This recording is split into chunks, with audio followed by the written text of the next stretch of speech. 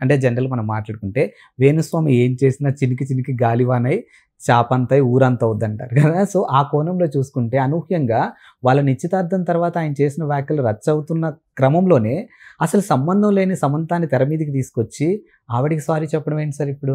ఒక రకంగా చెప్పాలంటే ఒక ఫ్రస్ట్రేషన్ అంటారు కదా! ఫ్రస్ట్రేషన్‌లో ఉన్నప్పుడు మనిషి రకరకాలుగా ఆలోచనలు పోతాయి. తనను తాను సమర్థించుకోవడం కోసం ఇంకొక ఏదో ఒక దాన్ని తెర మీదకి తీసుకొచ్చి టాపిక్‌ని డైవర్ట్ చేయాలని చెప్పేసి చూస్తారు.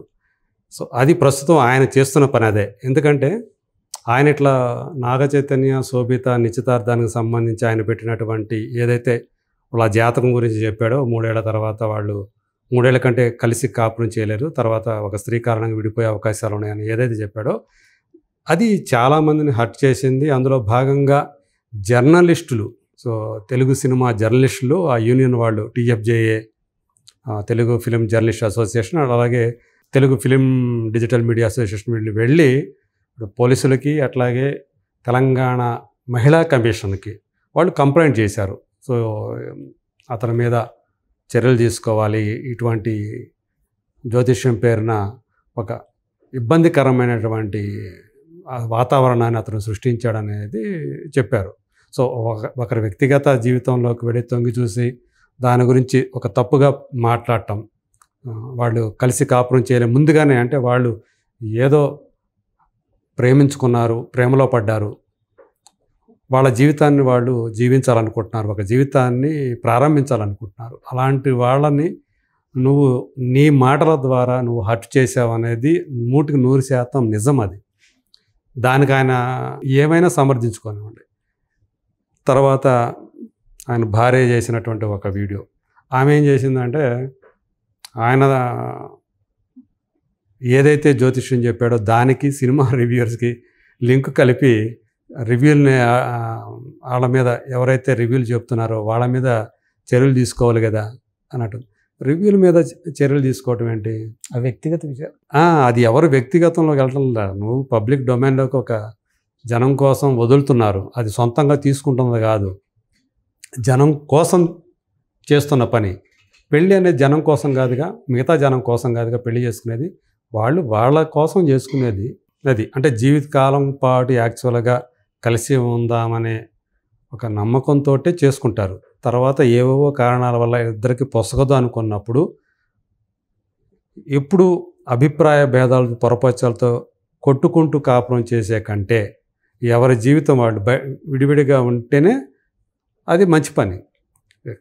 ఎప్పుడు తిట్టుకుంటా కొట్టుకుంటా ఉండేదానికంటే అది బెటర్ కదా అనే ఉద్దేశంతో చాలామంది విడిపోతూ ఉంటారు. మనం ఈ మధ్యకాలంలో చూస్తూనే ఉన్నాం. వాళ్ళు ప్రేమించుకున్న వాళ్ళైనా కావచ్చు, లేదంటే పెద్దలు కుదిర్చిన పెళ్లి ద్వారా అయినా కావచ్చు. సో ఇప్పుడు ఈయన లేటెస్ట్గా ఈరోజు చేసింది మళ్ళీ ఇంకొక వీడియో. సో సమంతకి సారీ చెప్పటం వెనక కూడా ఖచ్చితంగా ఆయన ఒక అజెండా పెట్టుకొని చెప్తున్నాడని చెప్పేసి అనిపిస్తూ ఉంది. అంటే ఆమెకి అన్యాయం జరిగింది, సమంతకి అన్యాయం జరిగింది, అన్యాయం జరిగిందని చెప్పుకుంటూ వస్తున్నాడు. సో ఏం అన్యాయం జరిగింది ఏంటి? వైవాహిక బంధం ముగిసిపోయింది. సో అక్కడ ఇద్దరూ కూడా ఎవరు లాభపడ్డారు, ఎవరు నష్టపడ్డారు అనేది మనకు తెలియదు. ఆయనకి ఏమన్నా అంతగా తెలుసో మనకు తెలియదు. ఒకవేళ సమంత గారికి సంబంధించిన ఆంతరికులు ఎవరైనా సరే ఆయనకి చెప్పారో మనకైతే తెలియదు. కానీ బట్ ఆయన నొక్కి వక్కాణిస్తున్నాడు సమంతకి అన్యాయం జరిగిందని.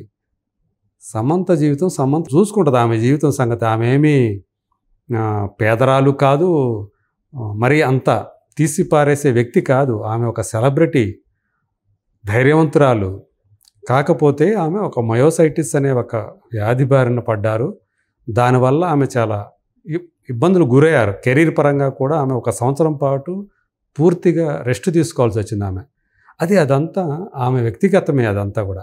దాన్ని ఆమె ధీటుగా ఎదుర్కోగలిగినటువంటి ధైర్యవంతురాలు.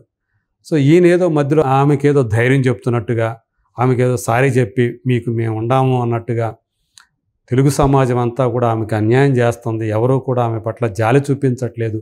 ఎందుకు జాలి చూపించడం ఏంటి? సానుభూతి కోరుకుంటున్నారు సమంత గారు నా పట్ల జాలి చూపించండి, నా పట్ల సానుభూతి చూపించండి అని చెప్పి సమంత గారు ఏమన్నా అంత ఇదిగా అయిపోయి ఒక బేలతనంతో ఏమన్నా ఆమె అభ్యర్థిస్తున్నారా? కానే కాదు. ఒక కరేజియస్ ఉమెన్గానే నేను చూస్తున్నాను.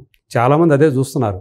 ఆమె నిలబడ్డారు తన జీవితంలో ఎవరి వల్లనే కానివ్వండి. ఒకవేళ ఆమెకి ఎవరైనా తోడుండారా లేదా అనేది మనకు అయితే తెలియదు కానీ, బట్ ఆమె దాన్ని ధైర్యంగానే ఎదుర్కొన్నారని నేను అనుకుంటున్నాను. ఆమెకు ఎదురైనటువంటి అది ఎవరికైనా కష్టకాలమే.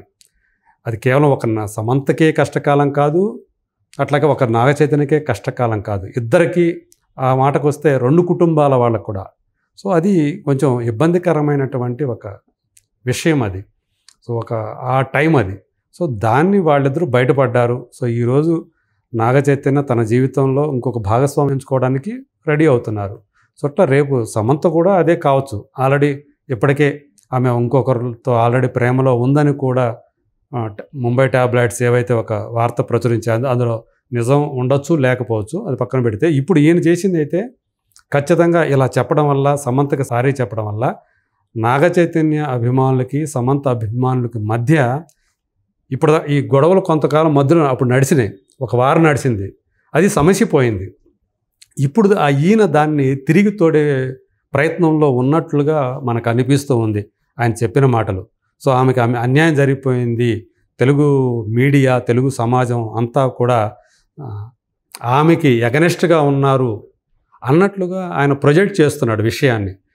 సో ఇదంతా కూడా అంటే ఒక కుట్రలో భాగంగా ఆమెను పక్కకు తప్పించేసి ఇది చేస్తుంది తెలుగు మీడియా అని చెప్పేసి ఏదైతే ఆయన చెప్తున్నాడో, కుట్ర మిగతా వాళ్ళదలా కనపట్ల. ఆయనే ఏదో ఒక కుట్రగా మనసులో పెట్టుకొని దీన్ని అంటే ఇప్పుడు తను మహిళా కమిషన్ తమ ముందు హాజరు కావాలి 22వ తేదీ అని చెప్పేసి ఆయనకు నోటీసులు ఏదైతే ఇచ్చారో దాన్ని ఆయన తట్టుకోలేక ఒక రకమైన ఫ్రస్ట్రేషన్కు గురయ్యి, ఆ ఫ్రస్ట్రేషన్లోనే ఇలా ఇప్పుడు మాట్లాడుతున్నారు సమంతకి సారీ చెప్పడం ద్వారా. అలాగే తమిళ కన్నడ మీడియాని ఆయన చాలా మెచ్చుకుంటూ తెలుగు మీడియాని ఆయన ఒక నింద వేస్తున్నారు ఆయన. సో కనీస జాలి చూపించట్లేదు ఎవరూ కూడా సమంత కానీ. ఆమె కోరుకోవటం లేదు, ఆమె జాలి కోరుకోవటం లేదు, ఒకరి సానుభూతి కోరుకోవటం లేదు అనే విషయాన్ని మొట్టమొదట ఆయన తెలుసుకోవాలి. సో ఆమెకి అవసరం లేదు, ఆమె ధైర్యంగానే ఉంది. ఏదైతే తన జీవితంలో ఒక కష్టకాలం వచ్చిందో దాన్ని ఎదుర్కోగల శక్తి ఆమెకు ఉంది. ఆమెకు ఆ స్నేహితులు ఉన్నారు. సో ఆమెకు ఒక కుటుంబం ఉంది, ఆమె ఆ శ్రేయోభిలాషులు ఉన్నారు. ఆమె గురించి ఈయన దిగులు పడాల్సిన పని లేదు, ఈయన సానుభూతి చూపించాల్సిన పని లేదు.